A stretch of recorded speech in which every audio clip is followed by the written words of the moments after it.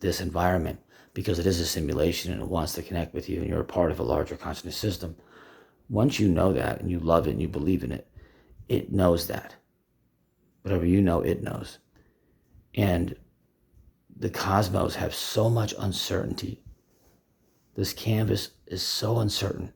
But yet, if you want to try to move a book in your room, there's way too much certainty. The book's there. The book has been there for years, right? Or the TV or whatever. So it's much harder to, move something right in front of you that's been there for a long time, or even an object that's, on the desk. It doesn't work like that. But it can work in the area of an unknown space. Your room is a known space, very known space. But up there, not so much. Not so much. So your intention can modify future probability. So once I learned that, I said, wow, I might have a chance to create my own UFOs. I thought of that years ago. And what I realized is that you don't create your own UFOs, but you help generate the interest and you help generate the probability that something special will fall from the sky. For example, let's look at this last one, okay? Can I do it during the daytime? Yes, I can. Yes, I can. It's harder, but I can, yes.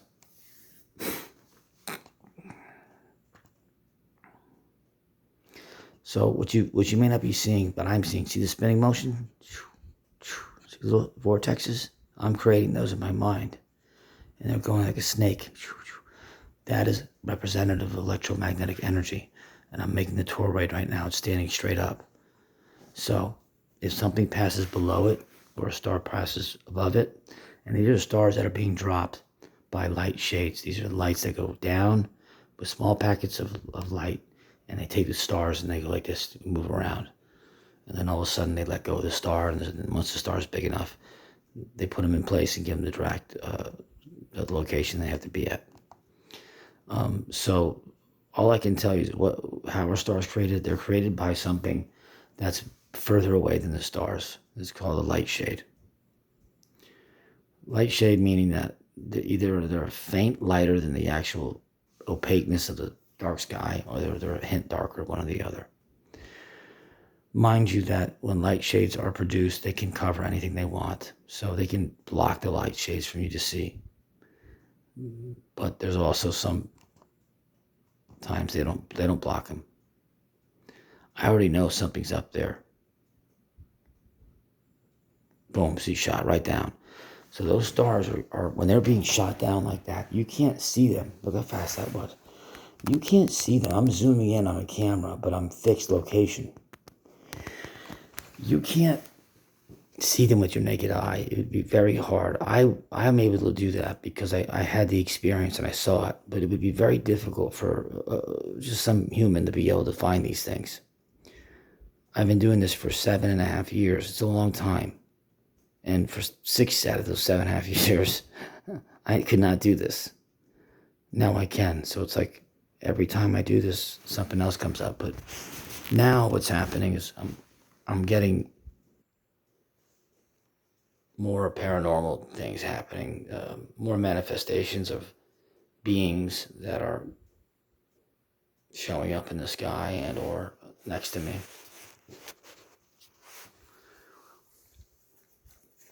And the moon video was really quite special. As you can see, when I'm in my mood, you see the sky, it looks like water.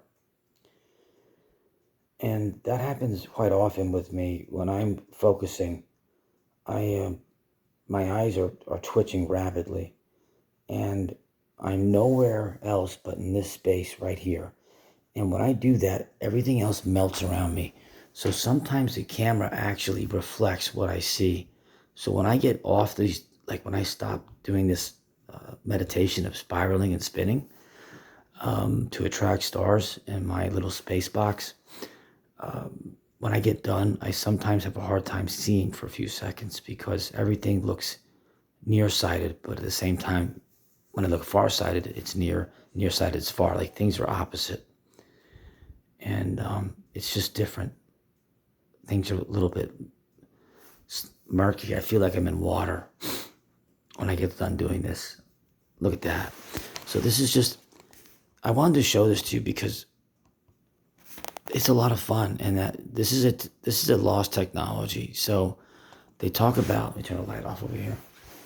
They'll talk about how, a long time ago, maybe we had more powers than we do now. Maybe we had more faith or some sort of spirituality than we did. So they were able to do some different types of technologies that we never knew about, learned about. See, it's watery. See the water? It does that quite often with me. These are all these particles, and they're so ramped up. They're so excited that I'm here. They get so excited when I'm here right now, when I'm outside looking. They know who it is. They know it's me. And it's crazy to know that the sky knows who people are. But it's true. Anyways,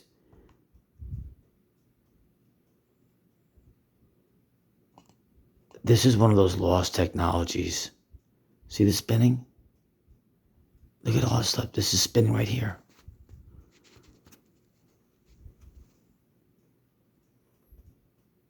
Another one. They're all in that dust cloud. And I created that with the larger consciousness system. Now, I didn't win the one-on-one tournament with it and pull the constellation out. No, I didn't, but I gave it a good shot. It'll do that every now and then to test me. So this is like a whirlwind. Imagine a tornado, okay? A tornado that has stars flying in it. Except this tornado's a little different. It's much larger. It's bigger. And the stuff that's moving around is the stuff that we're made out of. And what's beautiful about it is that the beauty is not always the luminary. It's the actual background noise. That's stunning.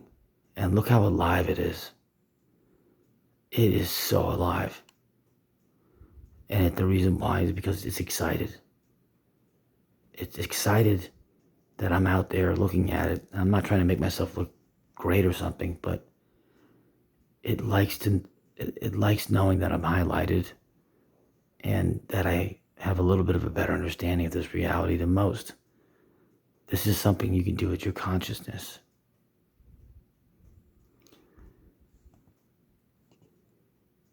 So sometimes the sky is not in the mood for me, and sometimes it is. And this night was like the perfect night where we were just having a great time. And you can sometimes see an image of a humanoid or a person or a couple dancing or something. If you have a good imagination, you'll see a lot of people dancing sometimes or moving or going back and forth. And that's kind of neat too.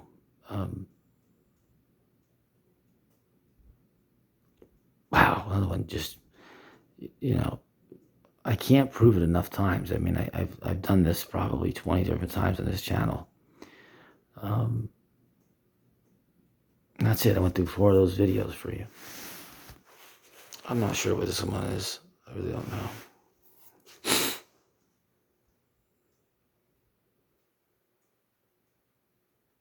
There I am, creating my toroid again. And it's always in connection with the larger consciousness system. And it's spinning and spinning. We're going in the same direction. I'm not trying to compete with it. So we're cooperating. And there's a star already in there, but this thing came out of nowhere. And that is, that shocked me. This is a constellation. I can't think of the name of it. It's like shaped in a letter M or W. It's in the northern hemisphere. And I want you to know, for this to come this close to me, okay, this object here, to be this close and come into my frame like that,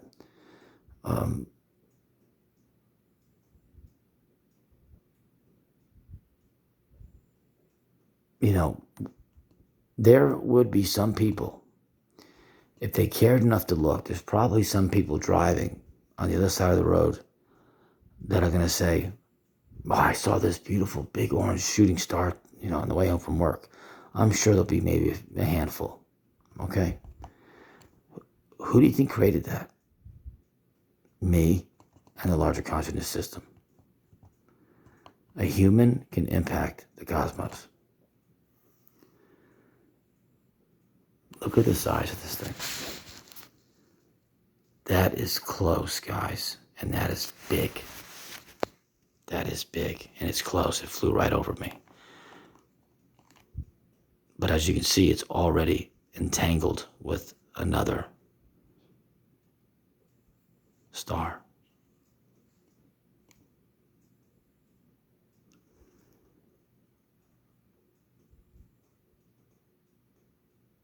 That's not me.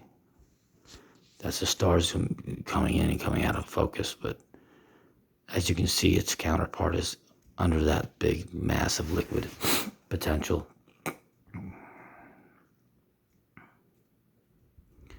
And again, the emptiness of space is not empty. Look at all this energy that's just moving. And if you can focus your eyes on that emptiness just for a little bit, you'd be surprised at what can happen. Anything can happen. Like a shot right in there again. It's not me zooming, guys. It's real. Look at that one.